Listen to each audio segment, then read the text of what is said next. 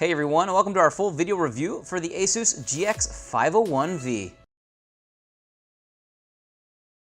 To start things off, we should go over the specs of the machine. So that leads us off with the CPU, which is an Intel Kaby Lake i7-7700HQ processor.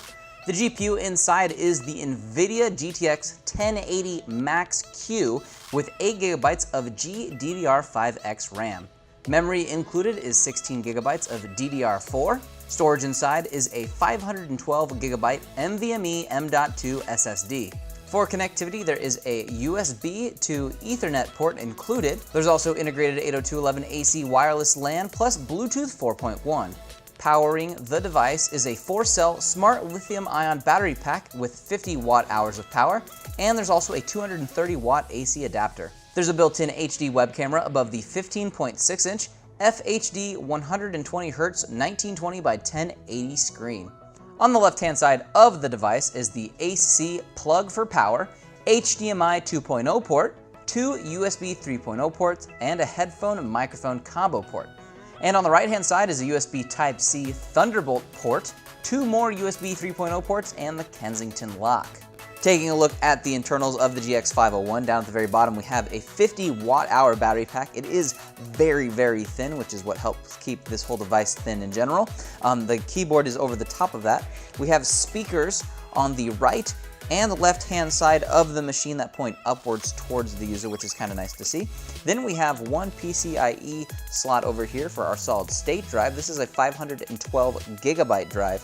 If you wanted to upgrade that, I would recommend that personally to maybe like a terabyte. You could do like a Samsung 960 Pro easily, so you could do an upgrade there and get a little bit more storage.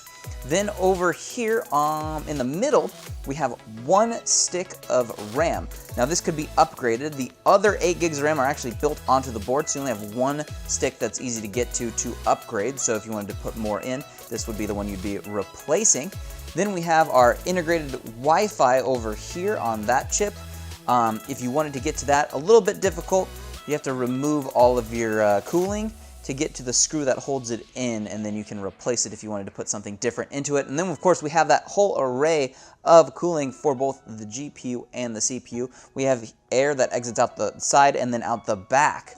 And that's what helps keep that 1080 Max-Q design nice and cool with an array of copper heat sinks kind of everywhere, which is really good. Nice to see that it has some sufficient cooling for the very thin size of this machine. Let's start things off with the monitor. Overall, it's pretty nice. Its 170 degrees of viewing angle helps keep it looking good from a variety of viewing angles. And going with a 120 Hz panel was a no-brainer for the Max-Q 1080, resulting in buttery smooth gameplay. More on the FPS numbers in a bit. As for the keyboard, there's a little bit of flex in the middle of it as there's really nothing underneath it, but it's nothing to be alarmed about. The keys themselves are nice, and after gaming on them for a bit, I kind of found them to be middle of the road quality in comparison to other models, but I did like them. The backlighting software with the ROG programming looks good and can be easily turned off if you're looking to save some battery life. The location took a second to get used to, but I actually like it more here than where it would be traditionally.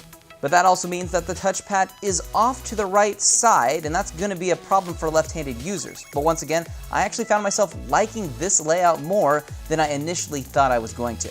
The touchpad has good input and responsiveness, and the ability to toggle the number pad on and off is really nice. There is no feedback for the number pad, so double check what you're calculating to make sure you input everything all right.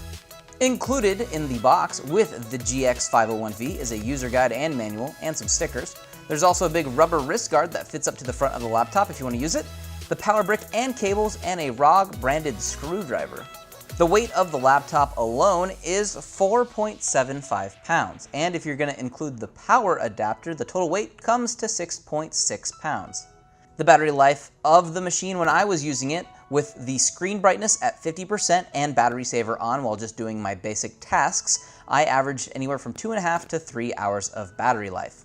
Pulling out our heat gun and taking a look at where temperatures build while gaming on the machine, you can see that things do get a bit hot up at the top, but that's why they've moved the keyboard to the lower section where it stays nice and cool.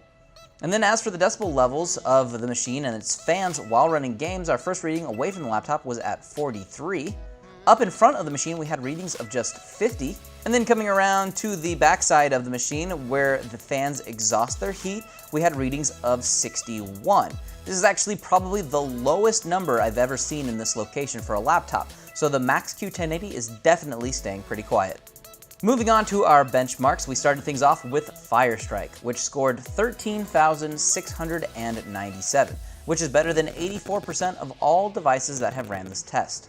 Our second test was with Cinebench. Our OpenGL score was 96, but more importantly, our CB score was 724. You can see how it stacks up on the left-hand side of the screen. We ran Crystal Disk on our NVMe solid-state drive inside. It read at 2,148 megabytes and wrote at 1,638.